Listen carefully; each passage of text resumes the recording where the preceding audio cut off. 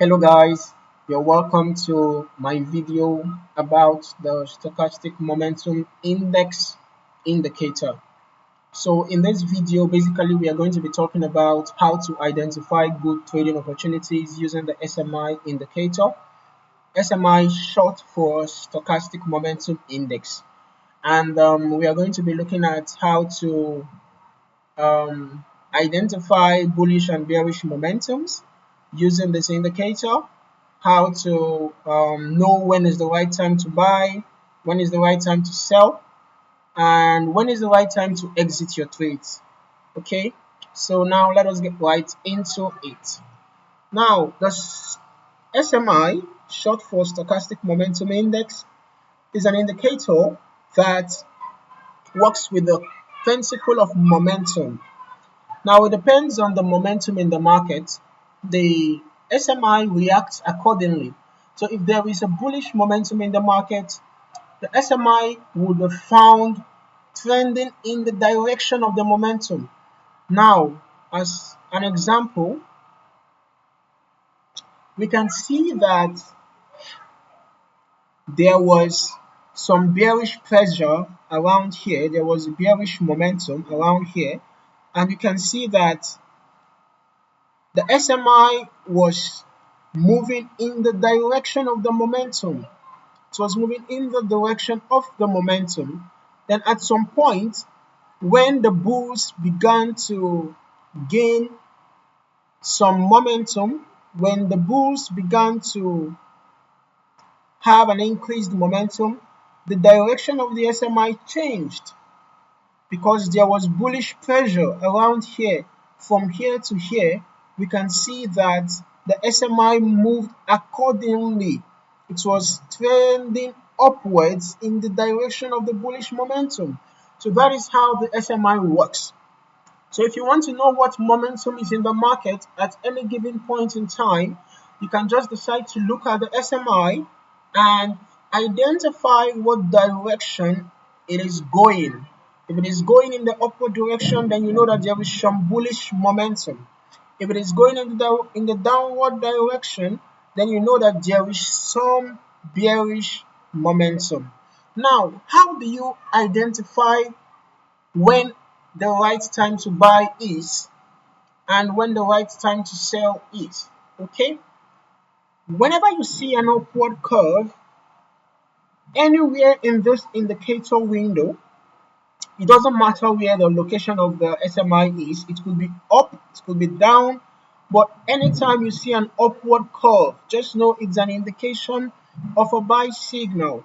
For example, we can see that there was an upward curve here, and the price of Euro USD, because Euro USD is the asset we are analyzing at this time.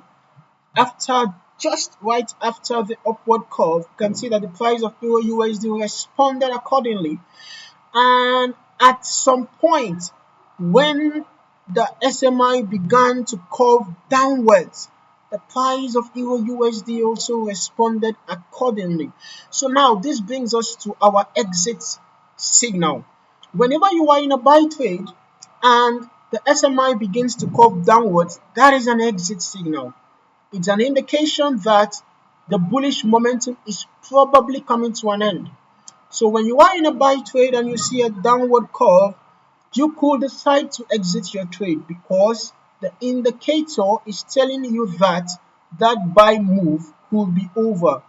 Now, another way to determine your exit is to use resistance levels. This is for a buy trade. Is to use resistance levels. Now, you can decide to set up resistance levels on your chart. Remember that resistance is a price point or is a price level or is a price zone where you have multiple bullish rejections. Multiple bullish rejections is where you have a resistance zone, right? So now if you are in a buy trade and the price of the asset gets to a resistance, you can also use that as an exit signal. And another way to exit your trades is the use of other indicators to confirm your exit signal.